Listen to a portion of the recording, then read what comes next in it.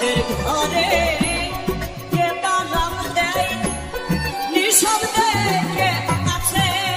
সদাই যেদিন হবে